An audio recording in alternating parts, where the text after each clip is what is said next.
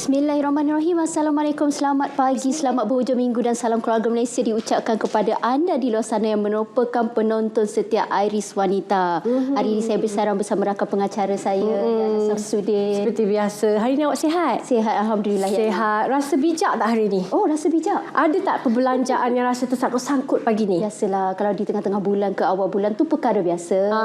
Tapi kita kena bijak berbelanja supaya ianya boleh tahan sampai ke akhir bulan. Betul. Oh, maksudnya awak ni merangkap Menteri Kewangan di dalam rumah? Dalam rumah saya merupakan Menteri Kewangan.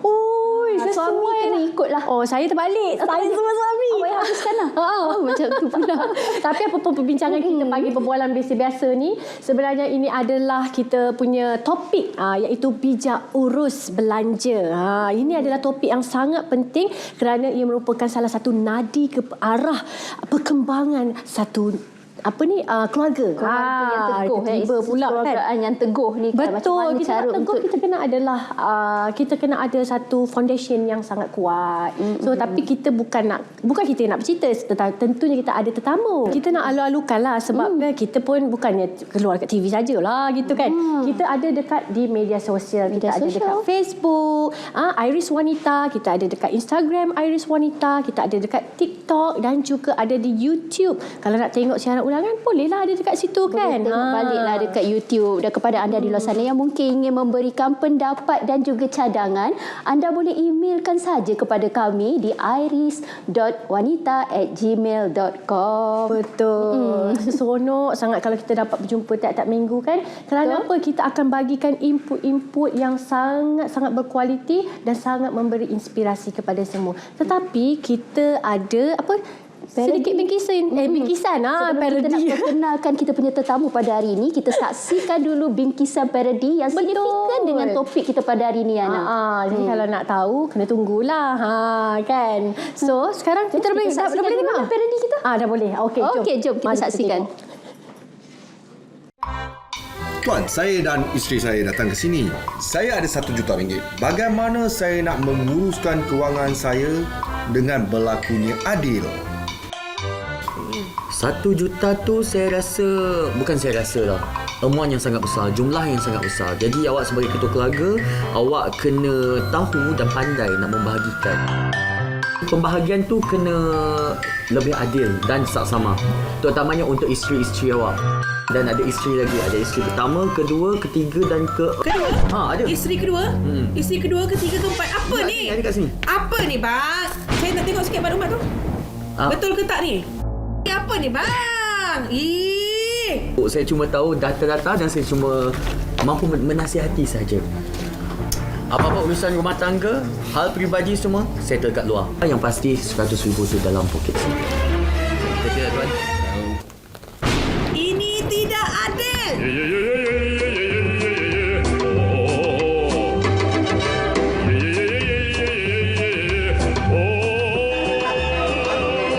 Alhamdulillah kembali lagi bersama kami di Iris Wanita, Dinamik Karisma Inspirasi. Macam biasalah kan. Kita bukannya berdua, kita mesti berempat ataupun bertiga. Tapi hari ini kita berempat kerana kita ada tetamu yang dah sedia ada pun dekat set kita, iaitu Puan Nirmala M.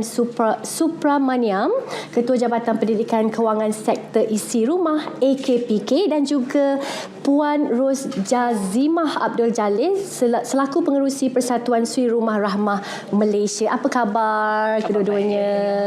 Terima kasih kerana sudi datang. Kita jemput ni sebab kita ada topik yang sangat menarik, iaitu bijak urus belanja. Betul. Okey, kita nak tanya dengan Puan Nirmala. Seperti yang Puan Nirmala tahu, wanita pada masa kini kebanyakannya berkerjaya. Apakah antara orang kata masalah yang dihadapi oleh wanita berkerjaya ni dalam pengurusan kewangan mereka, Puan Nirmala? Saya rasa yang paling ketara lah kalau kita lihat pada wanita yang bekerja, kena jaga rumah, ialah kekangan masa. Memang tak cukup masa kan. Sebab semuanya kena buat. Dialah yang jadi tukang masak, dialah yang jadi cikgu, dialah yang jadi pemandu, dialah yang jadi doktor.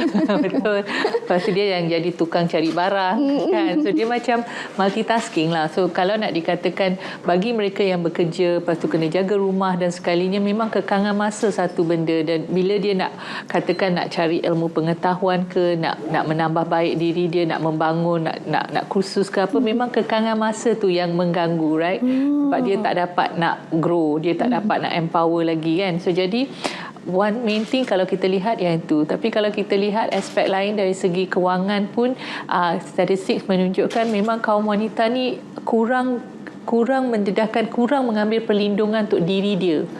Bila kita lihat selalunya wanita dia akan fikirkan anak dia dulu, dia akan fikirkan suami dia dulu dan sebagainya, tapi dia kurang untuk memikirkan perlindungan diri dia dari segi aspek insurans atau takaful dan sebagainya. Tapi dia tak sedar yang sebenarnya diri dia penting untuk dijaga, supaya kesinambungan atau kesinambungan pendapatan masih berterusan, sebab sekarang dia pun bekerja menyumbang juga kan. So jadi selalunya dia wanita selalunya kita lihat dia tak mengambil untuk diri dia. Dia akan ambil untuk keluarga dia. Dari segi nak jaga kesihatan pun dia lebih pentingkan kesihatan keluarga daripada kesihatan dia. Kurang memberikan masa untuk dia berehat, kurang memberikan masa untuk dia even nak ambil apa kan, katakan ada vitamin ke suplemen nak ambil untuk diri sendiri, dia tak fikirkan untuk diri dia. So kurang memberikan perhatian. Itu pun menjadi cabaran ya. Dia tak memberikan. Lepas tu disebabkan dia kurang terdedah dan kurang memberikan perlindungan dan sebagainya, pun dia terdedah juga. Kalau kita lihat sekarang dari segi ancaman kewangan, penipuan kewangan, kalau kita lihat love scam, hari-hari kita dapat berita kan, dari segi penipuan kewangan love scam, 80% daripada victim dia, mangsa dia adalah wanita. Ya. So dari segi itu yang pentingnya dia ada pengetahuan dan pendedahan ya ke atas apa yang berlaku di sekeliling. Tapi untuk tu dia memerlukan masa juga untuk mencari dan mendapatkan maklumat info yang penting. So boleh dilihat yang ni antara cabaran lah yang dihadapi oleh wanita yang berkejaya. Itu antara cabaran yang dihadapi oleh wanita berkejaya. Ada juga masalah, dan ada di kalangan para wanita ini mengambil keputusan untuk menjadi suri rumah Yana. Sebab orang kata wanita ni kan selalu mementingkan keluarganya, nak menjaga anak, nak menjaga suami. Dan kita nak bertanya kepada Puan Ros sendiri. Puan Ros juga sebelum ini merupakan seorang wanita yang berkejaya, tetapi mengambil orang kata langkah bijak juga, ingin menjadi suri rumah kerana ingin menjaga keluarga, menjaga anak-anak. Jadi pada pandangan Puan Ros, setelah menjadi seorang suri rumah, adakah Puan Ros juga menghadapi masalah? Secara pandangan terus apabila melihat seseorang tu menjadi suri rumah, berhenti kerja, seolah-olah mereka hilang pendapatan kesemuanya. Sedangkan sebenarnya apabila seorang itu mengambil keputusan untuk menjadi suri rumah, sudah tentu perbincangan itu telah berjalan dengan suaminya terlebih dahulu, dengan ahli keluarga yang berdekatan terlebih dahulu, supaya walaupun dia mengambil keputusan untuk menjadi suri rumah, akhirnya kesejahteraan keuangan keluarga itu tetap terjamin. Sebab kalau kita lihat sebenarnya apabila wanita ini berkejaya, dia nak tak nak terpaksa mengeluarkan sejumlah wang yang besar untuk menggunakan perkhidmatan tertentu untuk membolehkan dia kekal ataupun menumpukan pada kejayaan dia. Saya ambil beberapa contoh yang saya dapat kat sinilah, beberapa mungkin saya boleh listkan. Yang pertamanya adalah khidmat penjagaan anak-anak. Kita tahu ini adalah antara perbelanjaan yang agak besar yang dibelanjakan oleh keluarga wanita atau utamanya sekiranya dia berkejaya. Kalau didapati data daripada Hazanah Research Institute, 15% pendapatan purata orang di Kuala Lumpur ni dihabiskan untuk penjagaan anak-anak sahaja. Kita ambil contohnya, sekiranya pendapatan isi rumah itu RM5,000 dan pendapatan isterinya adalah RM2,000. Dan kalau 15% dari pendapatan isi rumah, bermaksud RM750 itu terpaksa dihabiskan setiap bulan semata-mata untuk memastikan anak-anak dapat ke taska, dapat ke tadika. Kalau anak-anak yang bersekolah pula perlu ke transit, perlu ada van, yuran van sekolahnya lah, bas sekolahnya. So 15%, maksudnya sekiranya isteri itu bergaji RM2,000 sebulan, ya, macam common pada wanita sekarang kan. So separuh daripada gaji tu habis untuk 2,000 kalau 700 daripada isi semua. Tinggal berapa je. Kebanyakannya memang dihabiskan untuk pengurusan anak-anak. Pengurusan anak-anak sahaja. Itu belum lagi susu. Ya semua betul. Kan? Sebab dia Itu hanya untuk tadika, taska dan itu sahaja. Kemudian yang keduanya adalah pengangkutan. Kalau kita nak ke tempat kerja, balik ke rumah, kena ada back and forth kan, kena ada kenderaan untuk kita ke sana kemari. Jadi kalau kenderaan sendiri, minyak, tol, wear and tear, kereta ke motor ke, kemudian kalau menggunakan perkhidmatan awam pula, of course lah tambang kena sentiasa ada kan setiap bulan. Kemudian makanan, selalunya macam Puan Niwala cakap tadi, biasanya wanita yang berkejaya ni tak cukup masa. Semua dia nak buat. Kalau dikatakan di dalam Khazanah Research Institute tu, biasanya ini adalah isu tentang double shift dikatakan. Wanita itu berkejaya, kemudian balik rumah dia pula yang buat kerja semua rumah. Kan? Kasihan pada dia. Tapi inilah realiti yang banyak berlaku dalam masyarakat kita. Jadi tak nak kadang-kadang wanita ni terpaksa membeli di luar, ataupun keluarga ni terpaksa membeli di luar. Dan kita tahu sekarang ni memang kita sedang berhadapan dengan kenaikan harga barang, makanan yang asas. Kan, yang melambung-lambung tinggi. Kalaulah kata makanan yang asas pun sudah melambung tinggi, apatah lagi makanan yang sudah dimasak, yang maksudnya dia telah di added value. Perkhidmatan di dalam tu sudah tentu banyak lagi kos-kos yang akan meningkat di situ. Ya betul. Saya setuju dengan Puan Ros kerana itulah ada setengah daripada kaum wanita mengambil langkah bijak juga ingin menjadi suri rumah supaya kita dapat mengurangkan kita punya perbelanjaan daripada menghantar anak-anak ke taska. Mungkin kita menjaga sendiri. Kat situ saja kita dah dapat save bajet berapa kan Yana kan. Baiklah, banyak lagi perbincangan yang akan kita bincangkan bersama tetamu kita ini pada hari ini. Tapi apa pun sebelum tu kita berehat seketika dan kita akan kembali lagi selepas ini.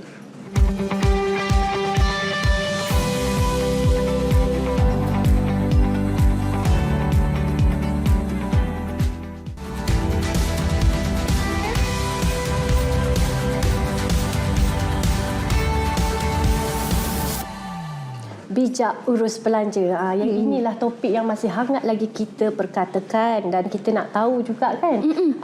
Kita nak tanya terus pada Puan Nimala selaku Ketua Jabatan Pendidikan. Kita nak tahu pasal kewangan kan. Okey, si rumah sebenarnya dia dah bijak. Dia dah tahu macam nak uruskan hal rumah tangga kan. Kewangan pun rasanya tahu juga kan. Sebab bila tak ada duit rasa susah hati. Maksudnya tahulah macam nak uruskan. Tetapi bila dah ditambah, ditolak, diatur elok-elok, tetap juga tak cukup. Macam mana tu? Ada tak nasihat-nasihat yang boleh diberikan kepada kami semua? Sebenarnya duit ni ada rahsia. Duit ada rahsia? Dia ada rahsia. Dia tak pernah cukup. Walaupun ada banyak pun memang dia tak cukup. Memanglah tu rahsianya. Memang dia tak pernah cukup ya. Sebab setiap kali duit bertambah, kita akan ada keinginan yang bertambah, belanja yang bertambah. Belanja dia macam akan tahu ada duit lebih, dia mesti datangnya. So jadi dia bukan selalunya apa yang kita katakan, dia bukan kepada berapa yang kita dapat, tetapi bagaimana kita uruskan apa yang kita dapat. Dan memang macam disebut-sebut tadi kan, memang kalau kita lihat dengan keadaan sekarang dia menjadi lebih mencabarlah kan. Kalau kita lihat dari segi pengurusan kewangan yang ada, macam manalah kalau saya sebut kena kurangkan lagi, mesti orang marah. Dah kurang dah Puan, macam mana nak kurang lagi kan. Cuma sekarang ni kita perlu lihat, kita tak boleh kawal apa yang berlaku di luar. Kita itu kalau nak kawal mengambil masa ya, tapi kita itu nak ubah ambil masa. Apa yang kita boleh ubah dan apa yang kita boleh kawal ialah di dalam diri kita dan apa yang kita lakukan. So di waktu ni sebenarnya pengurusan kewangan ni menjadi lebih penting. Sangat penting. Daripada kalau dulu tak jaga, sekarang ni memang kena lebih jaga. So apa yang paling penting, jawapan yang dia perlu tahu ialah ke mana perginya duit dia. Setiap hari apa yang dia belanjakan, untuk apa, rekod, catat. Sebab bila kita catat, baru kita akan sedar mana belanja yang kecil-kecil tu sebenarnya kalau dikurangkan boleh membawa perubahan yang besar. Saya bagi contoh. Masa katakan kalau kita makan kat luar macam tadi kan. Kalau kita makan kat luar, selalunya kita akan makan bersama order dengan air kan, bersama tempat air, order air. So air tu kurang-kurangnya pun RM5 sekarang. Setuju? Okay. Tapi kalau kita makan tu penting kan. Air tu kalau dibawa sendiri ke atau air biasa lebih berhasiat kan, tak ada gula, tak ada apa. Kita dapat jimat RM5 sehari. Kalau saya kira RM5 tu, kalau saya kira 20 hari bekerja ke dan sebagainya, kalau saya kira untuk 20 hari, dah berapa dah kita jimat? Dia dalam lebih dalam RM100. So kita nampak walaupun dia RM5 sehari tu kita tak nampak dia besar, tapi kalau kita kumpulkan RM5, kita kurangkan tu, kita akan nampak perbezaan yang besar. So tip dia macam kita kena kaji di mana lubang-lubang atau masalah-masalah kecil atau pembaziran yang kecil-kecil ni yang kita tak tahu, yang kita tak sedar. So untuk tahu tu kita kena buat catatan. So setiap hari tu kita kena tahu mana kita belanja. So kita ada yang ini je. So kita kena cari yang mana paling penting kepada yang mana kurang penting. Dan seterusnya kita mungkin kena ke arah juga nak menambah pendapatan sikit lah. Sekarang ni kalau dikatakan satu pendapatan memang susahlah nak dikata dia cukup kan. So dia kena mungkin dari rumah pun banyak aspek yang boleh dibuat kan. So kena ke arah tu. Tapi saya nak tekankan juga kat sini. Suri rumah jangan hanya ambil tahu isu aliran tunai. Itu sahaja tak penting dari segi pengurusan kewangan. Yes, jaga tu penting. Tapi suri rumah perlu juga ambil tahu tentang hal-hal kewangan yang lain, tentang pinjaman yang ada, tentang perlindungan suami apa yang ada, pengurusan harta pun sangat penting. Sebab kami melihat, saya pernah lihat yang datang ke AKPK, suri rumah yang datang ni ada kehilangan suami dia, mungkin meninggal dunia ya, ataupun berpisah. Kita tak boleh nak tentukan apa yang berlaku ya. Tetapi bila yang katakan saya pernah jumpa yang ramai yang meninggal, suami dia meninggal dunia, dia tak tahu dan dia sangkut, dia tak tahu apa yang suami dia ada, apa pinjaman ada. Dia tak pun tahu yang rumah tu dibeli suami adik-beradik. Maksud dia tak ada hak tahu. Kalau dilihat dalam aspek tu, dia akan kehilangan hak dia. So dia kena ambil tahu benda-benda yang selain daripada aliran tunai, duit masuk duit keluar je. Dia kena lihat dari segi aspek pengurusan harta, dia kena ambil tahu. Dan dalam keluarga bila beli perlindungan dan takaful dan sebagainya, bagi tahu okey, ni yang saya ada ni, dan dokumen kena disimpan di tempat yang semua orang tahu. Sebab benda-benda ni kita tak tahu bila akan diperlukan.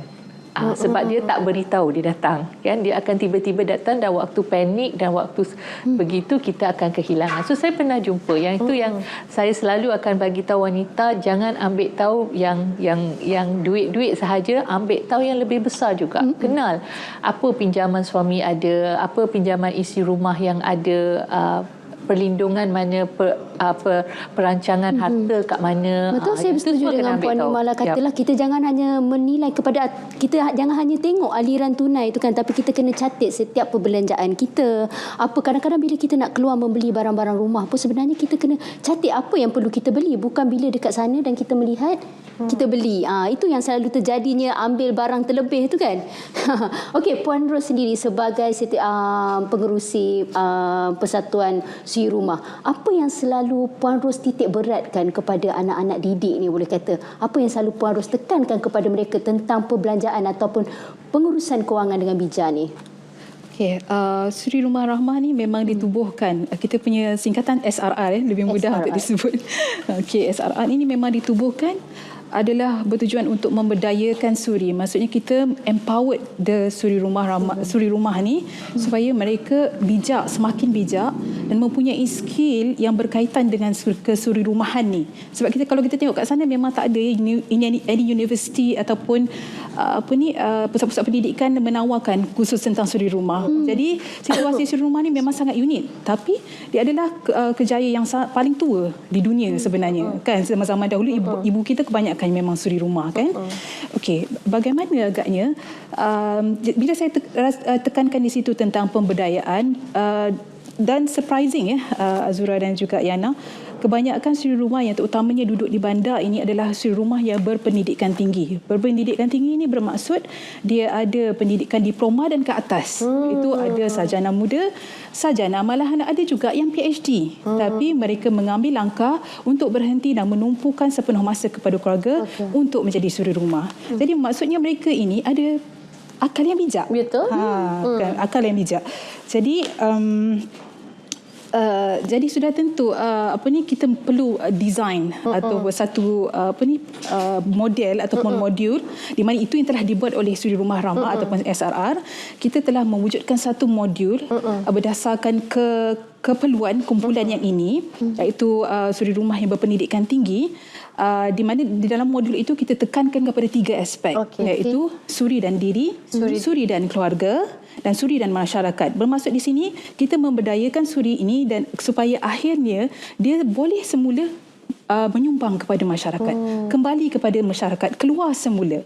Sebab kita tahu kebanyakan suri juga kebanyakan memang dah pernah berkejaya. Bila dikatakan dah pernah berkejaya ni, maksudnya dia dah biasa jumpa orang, dia dah biasa beraktiviti, dia dah biasa memberi. Tiba-tiba duduk dalam rumah terkongkong dia anak-anak lah, senang cerita. Tapi kita bagikan dia skill dan juga ilmu-ilmu supaya akhirnya dia diberdaya dan akhirnya boleh kembali kepada masyarakat. So, jadi saya nak tekankan tentang suri dan keluarga. Di dalam modul suri dan keluarga ini, salah satu topik yang kita bawa, ilmu yang kita sampaikan adalah pengurusan keuangan.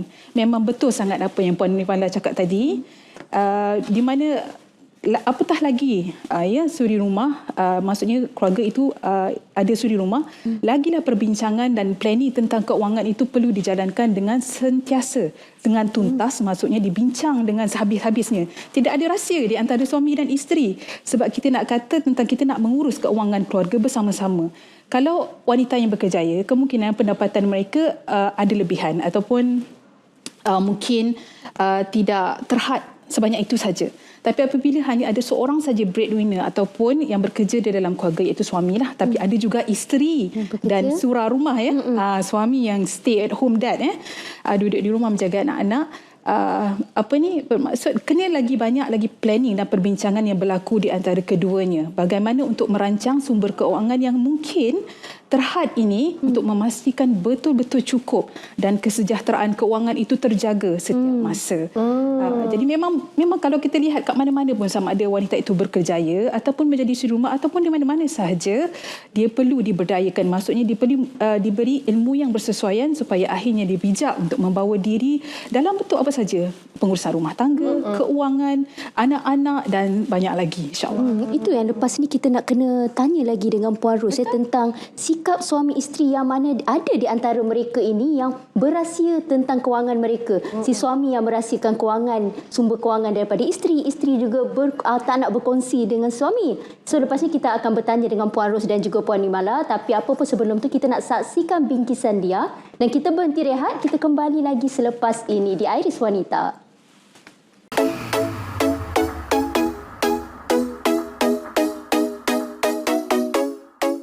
Okey, bila kita cek darah dan kita kata antibody dia banyak ni. Hari ni apa khabar Kota Baru Kelantan hari ni? Dekat mana hujan, dekat mana... Celotehnya yang bersahaja mengenai isu terkini perubatan dan kesihatan awam menjadi tumpuan ramai di laman sosial. Hai, saya Dr. Mala Santi Santira Segapan, seorang pegawai perubatan di Jabatan Kecemasan di sebuah hospital swasta di Lembah Kelang. Telah berkahwin, punyai 2 orang anak comel berasal daripada Kuantan, Pahang.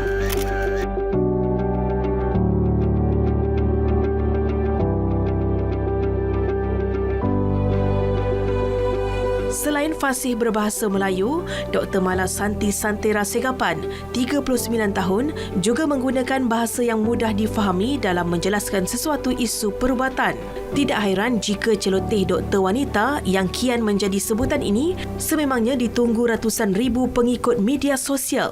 Mula-mula tu agak terkejut sebenarnya sebab saya buat satu live sahaja di Facebook profil saya waktu tu kan kita sendiri, kita semua ada personal page kan, Mala Santi Santira Segapan, bukan Dr. Mala. So saya buat live di profil tersebut dan dalam masa 2-3 hari tiba-tiba jadi 100,000, lepas tu naik lagi. Kepribadiannya yang ceria dan bersahaja, Dr. Mala mengakui teruja kerana dalam masa singkat sahaja beliau dikenali ramai. Saya rasa lebih penting apa yang saya sebutkan. Saya rasa saya perlu lebih berhati-hati dengan apa yang saya sampaikan sebab masyarakat terima. Jadi saya sangat berhati-hati ketika itu.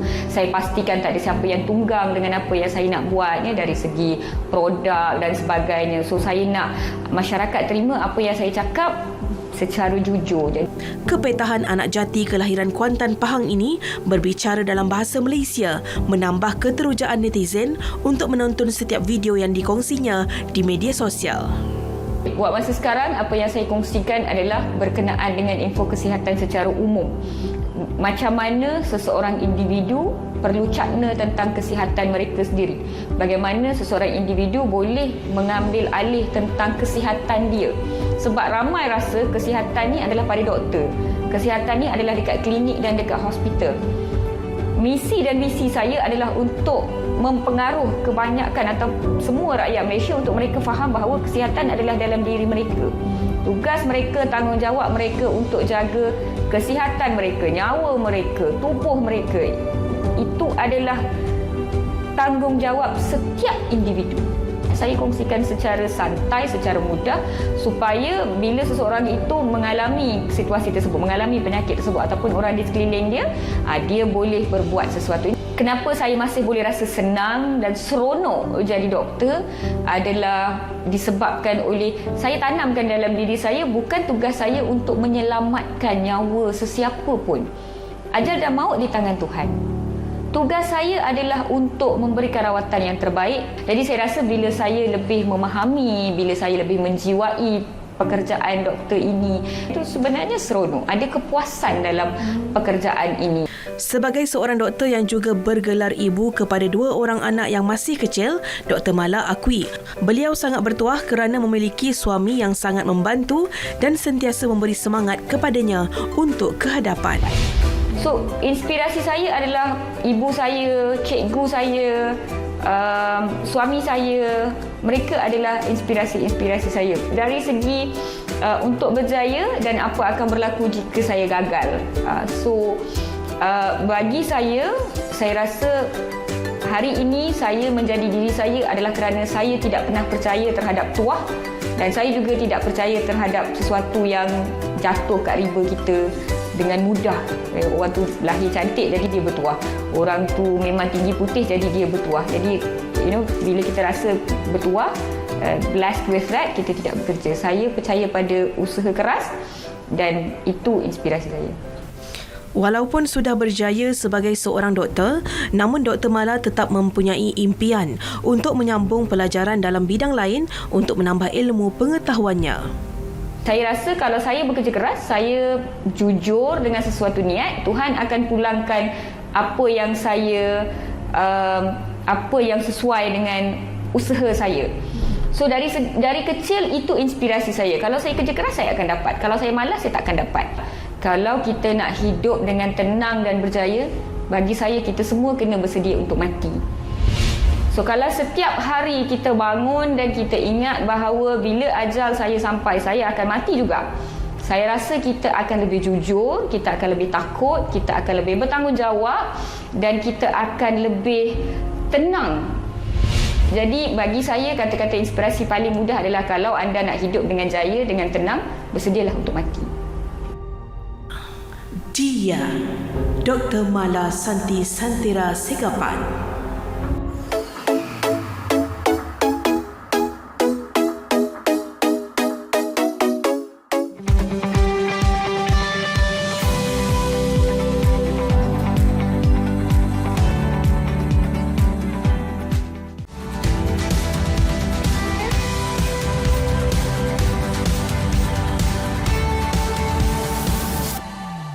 Terima kasih kerana bersama kami lagi di Iris Wanita dan kita nak sambung perbincangan kita pada hari ini berkaitan bijak urus perbelanjaan ataupun kewangan belanja ni dan kita nak tanya dekat Puan Nimala. Puan Nimala, sebelum berhenti rehat tadi saya ada katakan ada setengah daripada pasangan suami dan isteri ni suka merahsiakan kewangan mereka. Contohnya kalau ada lebihan wang ke ataupun perbelanjaan mereka ke mana, si suami sorot daripada isteri, si isteri sorot daripada suami. Apa pandangan Puan Nimala mengenai perkara ini?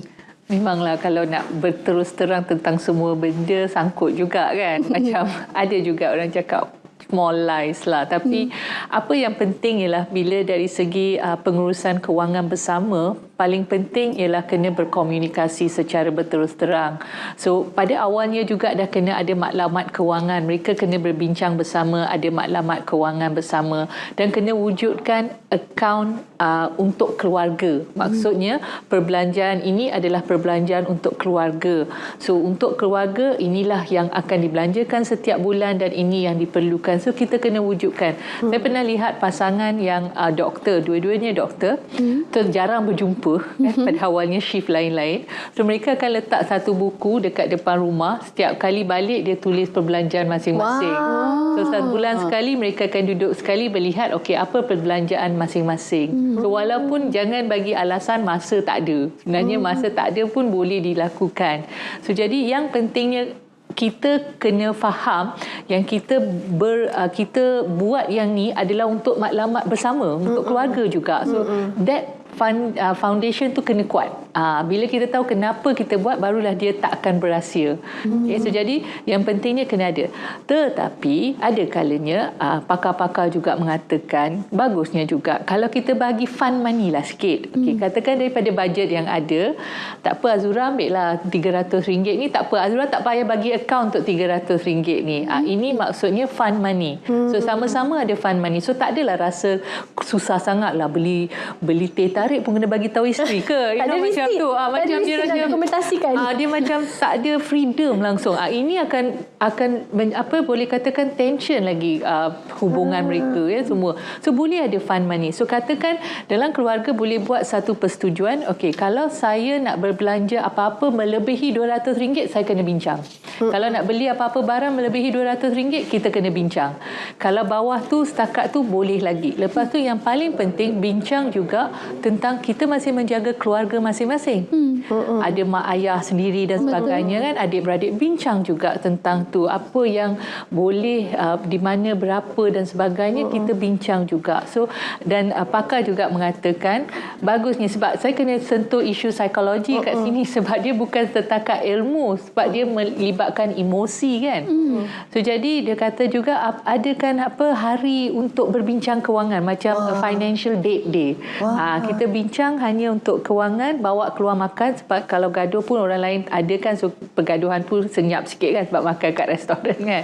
So, tetapi maksud what I mean is dia kena berbincang tentang, macam Puan juga cakap tadi, duduk berbincang tu dalam satu hari tu cerita pasal kewangan je, apa yang telah berlaku bulan tu, apa lagi. Lepas tu kita kena fikirkan tentang simpanan untuk anak mereka dan sebagainya, anak nak belajar. Sebab LPPKN juga ada buat kaji selidik mengenai kewangan ya, dia buat kaji selidik tentang apakah 10 isu yang paling merunsingkan sebuah keluarga.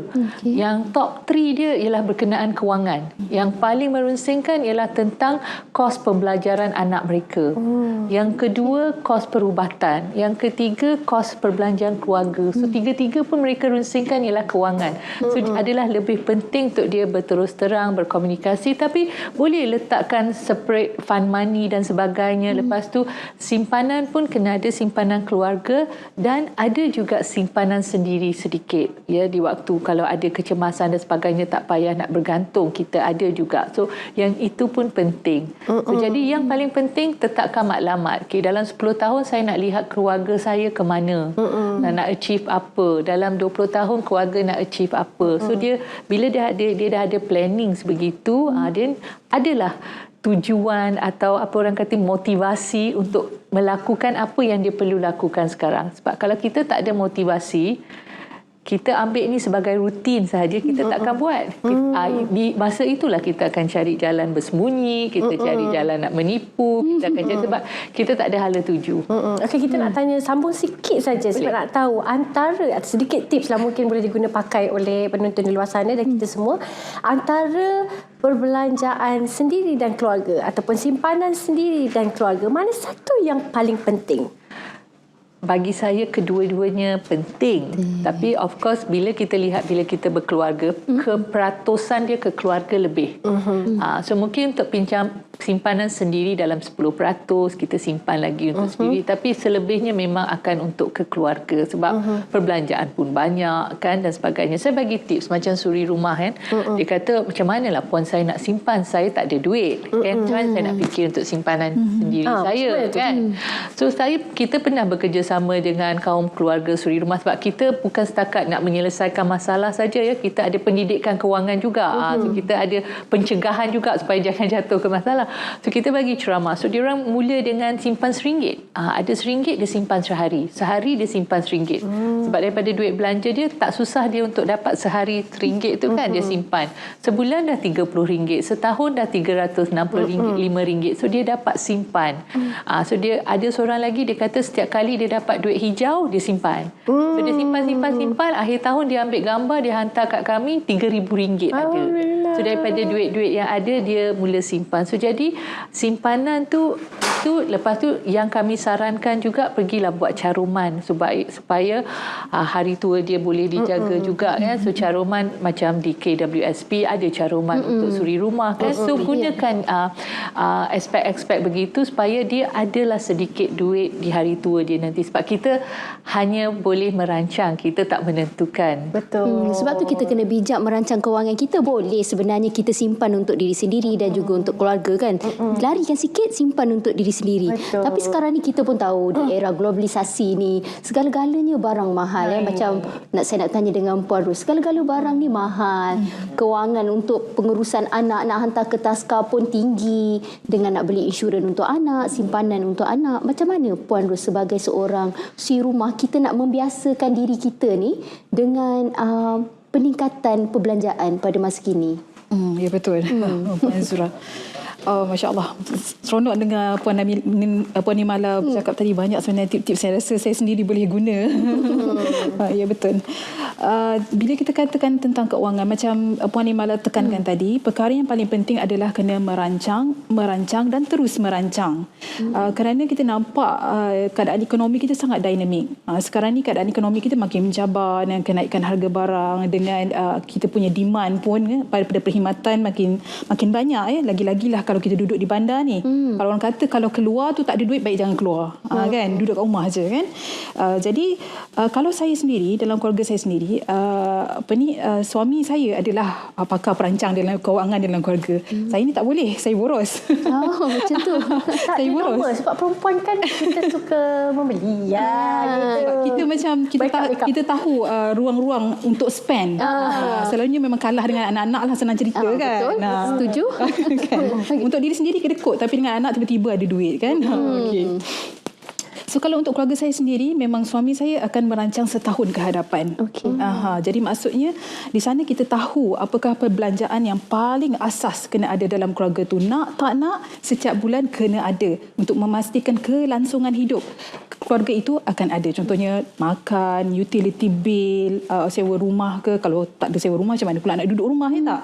So kena ada. Dan ini juga sebenarnya boleh membantu, sebab sekarang ni kita tahu situasinya banyak pekerjaan adalah secara kontrak. Jadi maksudnya tak secure. Bila-bila masa mereka boleh dihentikan, dan itu banyak terjadi pada masa pandemik yang baru-baru saja berlaku ni kan. Ramai yang kehilangan kerja, banyak syarikat yang terpaksa ditutup dan sebagainya. Jadi, yang penting kat sini, bila kita tahu aras keuangan yang kita kena ada, je nak tak nak, suami ini boleh merancang. Sekiranya dia dibuang kerja, dibuang kerja untuk mencari kerja yang baru, dia tahu sekurang-kurangnya pendapatan tu kena ada di sini. Maksudnya dia boleh menawarkan kepada syarikat tersebut, ini pendapatan yang saya perlu ada untuk bersaing di luar sana. Maksudnya tak adalah dia nak minta leisure sangat kan. Jadi dia nampak kat situ, okey, kena ada amount ni, saya okey dengan pekerjaan tu. Mungkin permulaannya, mungkin dia akan menaik gaji setiap tahun insya-Allah. Kemudian sudah tentu kena kurangkan bajet barangan yang kemahuan. Kena dahulukan dulu barangan-barangan keperluan. Kita tahulah kalau dengan anak ni memang selalulah kan, dia punya alat mainannya, kan pantang tengok mesti nak beli kan. Sekarang ni memang kita kena sentiasa ingatkan anak-anak, sekarang ni barang makin mahal, kita kena menyimpan. Jadi maksudnya perbincangan tu bukan sahaja dengan suami, dengan anak pun juga kena selalu. Kita mengajar anak-anak ini untuk melihat jauh ke hadapan. Hidup bukan setakat hari ini saja. Kita kena merancang untuk masa hadapan juga. Kemudian kita dah tahu kan jajan lah dan travel mungkin lah. Sebelum ni kita suka melancong ke sana kemari, tempat yang jauh, duit yang lagi banyak kan. Tapi mungkin sekarang ni kita buat aktiviti yang simple, hatta di rumah pun, tapi kita dapat meluangkan masa dan berseronok dengan anak-anak. Kemudian yang seterusnya, makan luar. Tadi kita dah sentuh kan, dah kata harga barangan yang asas pun dah naik, apatah lagi kalau harga makanan yang dah dimasak di luar. Jadi memang sangat kena kurangkan. Mungkin boleh dibeli untuk masa-masa kecemasan. Kan contohnya macam kalau ada anak yang sakit ataupun kita sendiri yang sakit, utamanya untuk suri rumah ya. Takkanlah sakit nak bangun juga nak masak kan. Tapi mungkin ada suami yang pandai masak dan ada suami pula kalau masak terbakar rumah. Tak boleh kan. Jadi tak nak duit, maksudnya itu ada dikira sebagai duit kecemasan. Kecemasan bagi sekeluarga. Itu yang kita nak kena elakkan juga sebenarnya ni Ana kan. Banyak hutang-hutang jahat yang kita kena elakkan antara keperluan dan juga kehendak dengan kadar dasar semalaman yang semakin meningkat kan. Dan mungkin selepas ni pun dijangka OPR akan dinaikkan lagi kan. Jadi kalau boleh elaklah daripada membeli barang-barang yang tidak perlu. Contohnya macam kalau rasa nak tukar, tengok kereta baru keluar, nak beli kereta, kita kalau boleh kita elakkan. Baiklah, banyak lagi yang kita akan bincangkan di dalam blog kita yang terakhir sebentar saja lagi. Tapi apa pun, kita berhenti rehat seketika dan kita akan kembali lagi selepas ini.